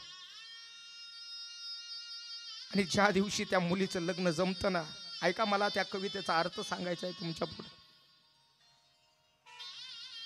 आलो निजाच्या माहेरा, भेटी रकुमाईच्या वरा. पांडुरंग परमात्मा कशात महाराज? पांडुरंग परमात्मा ज्याच्या करता डोळ्यातून पाणी येतो ना, ज्याच्या करता आपण एकत्र होतो ना महाराज, साक्षात पांडुरंगच आपल्या समोर असतो, हे ध्यानात ठेवा. ज्या वेळेस लग्न लागत असतं ना महाराज, तो बाप एका खांब्याला त्या मांडवाच्या बसलेला असतो.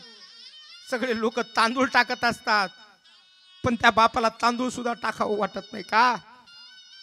त्याच्या डोक्यात एकच, अरे आता माझी लेक निघून जाणार, पण हिच्या करता मी जेवढं केलंय ना, तेवढं जर सुखीला प्राप्त नाही झालं, खचत असतो महाराज मनामध्ये. आणि ज्या वेळेस लग्न लागून होतं, फळ भरणीचा कार्यक्रम होतो, आता मुलीला निघायचंय सासरी जाण्याकरता, त्यावेळेस ती मुलगी सुद्धा इकडे तिकडे बघत असते, माझा बाप कुठं दिसेल का मला. सगळे तिला भेटतात, तिची चुलती भेटते, काका भेटतात, पुतणे भेटतात, सगळे भेटतात.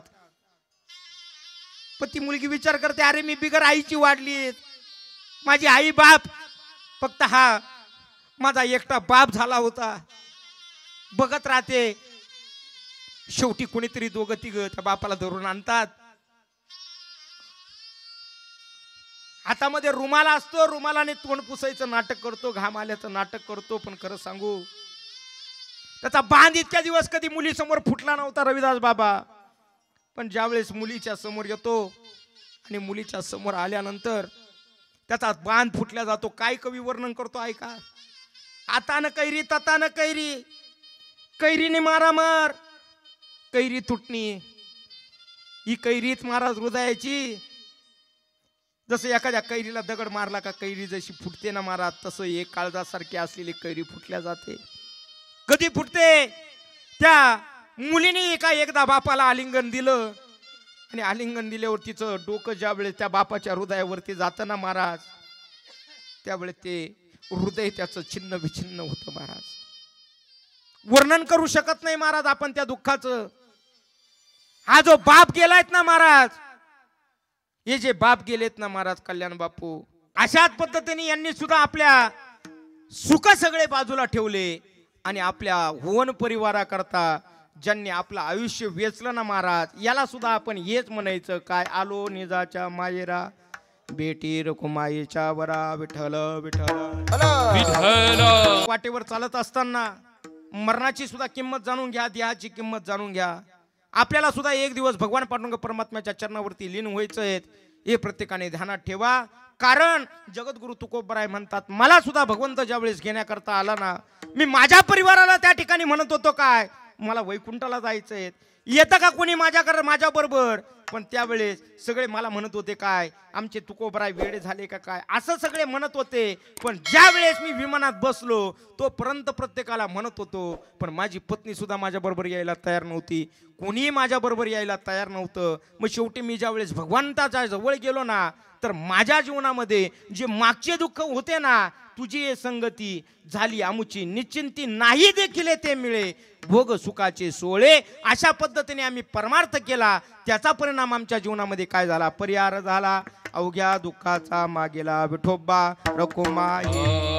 विठोबा रखुमाई, विठोबा रखुमाई, विठोबा रखुमाई. करावं केल्याचा फायदा काय, न केल्याचा तोटा काय, या 4-5 मुद्द्यांचा विचार अगदी 1-2 मिनिटांमध्ये बघायचा आणि आपल्या चिंतन शिवेला या ठिकाणी पूर्णविराम द्यायचा आहे. आज या ठिकाणी कैलासवासी स्वर्गीय कल्याण बापूंच्या प्रथम वर्ष श्राद्धानिमित्त आपण सर्वजण एकत्र आलेले आहात. त्या श्राद्धानिमित्त आपण या ठिकाणी जमलेले आहात. तुम्ही म्हणाल का हो, मनुष्य तर गेला, मनुष्य संपला, याची जी रक्षा होती आम्ही गंगेत विसर्जित केली, याच्या ज्या हस्ती होत्या आम्ही या गंगेत विसर्जित केल्या, मग याचं नेमकी शिल्लक राहिलं काय?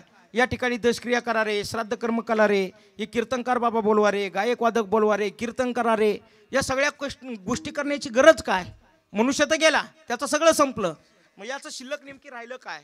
ऐका, 4 प्रकारचे देह आहेत. अगदी लक्षपूर्वक ऐका. 4 प्रकारचे देह आहेत. स्थूल, ऐका, सूक्ष्म, कारण आणि महाकारण. 4 प्रकारच्या देहांपैकी सगळे देह पडतात, पण जो सूक्ष्म जीव आहे हा कधी जळत नाही, हा कधी मरत नाहीत. नैनम छंदंती शस्त्रांनी नैनम दहती पावका. मगाशी जे मधले तत्व सांगितलेत ना, मी बोललो ना, मध्ये जे तत्व दिलेत हे भगवंताने दिलेत. हे मधले तत्व म्हणजेच आत्मा. याला किंमत कुठपर्यंत? जोपर्यंत आत्मा याच्यात तोपर्यंत याला किंमत. आत्मा बाहेर पडला याची किंमत संपली महाराज. मग हा जो आत्मा आहे ना महाराज, याला काही वासना असतात, याच्या वासना संपत नाहीत. श्राद्ध कर्म, दशक्रिया आधी करून जे काही पिंडदान तर्पण विधी जे करायचे, हे कशा करता करायचे प्रकाश भाऊ? एवढ्याच करता करायचे ज्या वासना असतात ना, त्या वासना पूर्णाहुती करण्याकरता जे कर्म केलं जातं त्याला म्हणायचं श्राद्ध. किती मोठा मंडप घातला, किती साऊंड सिस्टीम सुंदर सांगितली, किती मोठा महाराज बोलवला, किती गायक वादक बोलवले, किती पाहुणे रावळे बोलवले, काय पक्वान्न केले, याच्यापेक्षा जो गेलेला मनुष्य आहे त्याच्या बाबतीत मनामध्ये श्रद्धा ठेवून श्रद्धेने जे तर्पण केलं जातं त्याला म्हणायचं श्राद्ध.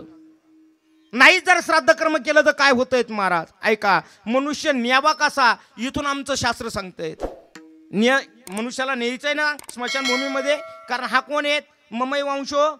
लक्षपूर्वक ऐका, अगदी 5 मिनिटं घेतो. ममई वंशो जीवलोके. हा जर देवाचा अंश आहे तर देव कसा आहेत महाराज?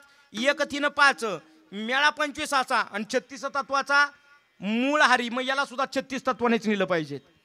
याला कसं नेलं पाहिजे? 36 तत्वानेच याला नेलं पाहिजे. याला असं नेऊन उपयोग नाही. मग 36 तत्व तयार करायचे. कशा पद्धतीने करायचे? चला, मनुष्य गेला का त्याच्याबरोबर 3 गोष्टी बरोबर दिल्या जातात. काय काय दिलं जातं?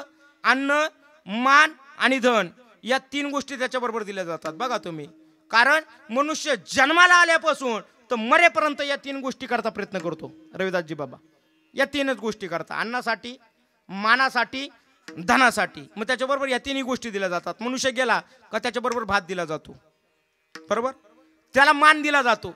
त्या दिवशी बाकीचे येणारे नवीन कपडे घालून नाही येत कोणी, पण त्याला नेत असताना त्याला काय दिलं जातं? नवीन वस्त्र. त्याला मान दिला जातो, त्यालाच फुलं, त्यालाच गुलाल, या सगळ्या गोष्टी त्यालाच. त्याच्याबरोबर धन दिलं जातं. बाया हो, तुम्ही सुद्धा धन देता त्याच्याबरोबर. काय देतात? मोती, माळ काढून देतात. काय देतात? धन म्हणजे 1 मणी देतात. अजून धन त्याच्याबरोबर देत असताना त्याच्या कपाळाला पैसे लावले जातात. किती? 2-2 हजाराच्या, 500-500च्या, किती? 1चाच. काय 1चाच ठोकळावं? आमचं भागवत असं सांगतंय. काय या जगतामध्ये आल्यावर एकच तत्व आहे आणि तुझी सुरुवात सुद्धा या 1 तत्वापासून आहे. म्हणून 1 रुपया त्याला कोणाला सांगतोय? हे जीवाला, वारकऱ्याला नाही. बरं, वारकऱ्याला 1चा ठोकळा नाही लावायचा, मग त्याला फक्त कपाळाला गंध लावायचा, तरी त्या ठिकाणी त्याचा शेवट चांगला होतो. मग चला, आता 36 तत्व तयार करायचे आहेत ना. कशा पद्धतीने 36 तत्व? एवढे 36 तत्व ऐका, कीर्तन आपलं संपलं, याच्यात सगळंच आणतो, एकत्र आणतो. ऐका, 36 तत्व कशा पद्धतीने तयार करायचे? तुमच्याकडे बांबू आणतात. बांबू आणतात का तुमच्याकडं? कशाहून येतात तुमच्याकडं? बांबून येतात. किती बांबू आणतात? 2.5 बांबू आणतात. 2.5 बांबू आणल्यानंतर जो अर्धा आणलेला आहे त्याच्या कामट्या करतात. किती करतात? 3 नाही करू, त्या 9च कराव्या. किती कराव्या? आमच्या बाबांसारखे लय लांबलचक माणूस असेल तर लांबला मात्राव्या, माझ्यासारखा लय आपरा माणूस जवळ जवळ आथराव्या, पण 9च कराव्यात. याच्यात बदल करू? बदल करायचा नाही. हे 9 आणि हे 2 बांबू किती झाले? 9 2 11 झाले. आता त्याच्यावरती त्याला ठेवल्यानंतर रविदास बाबा ते का उठून पळणार आहे का? बांधायची काही गरज आहे का त्याला? पण का बांधल्या जातं? अरे या मनुष्य जीवनाला आल्यानंतर रामनामाने तू स्वतःला कधी बांधून घेतलं नाही. आता तुला एक करावं लागेल, काय? पुन्हा जन्माला यावं लागेल, पुन्हा मरावं लागेल. पुनरपी जन्म पुनरपी मरणम पुनरपी जननी जठरेशयन म्हणून त्या ठिकाणी त्याला बांधल्या जातं. 9 कामट्या घेतल्या का 18 गाठणी तयार होतात. बघ होत्या का नाही? 9 कामट्या घेतल्या, गाठणी किती झाल्या? 18. या 18 आणि पहिले 11 किती झाले? 29. पुढे जे मडकं घेऊन चालतो तुमच्याकडे काय म्हणतात त्याला? शिकळी, पानाड्या. खानदेश भागात त्याला आग्या म्हणतात. आग्या का म्हणतात? ते आग लावतो म्हणून त्याला आग्या म्हणतात. मग त्याला जे मडकं राहतं ना, बरं का रविदास महाराज, त्याला 3 कामट्या लावल्या जातात. किती कामट्या? 3 कामट्या. 29 आणि 3 किती झाल्या? 32 झाले.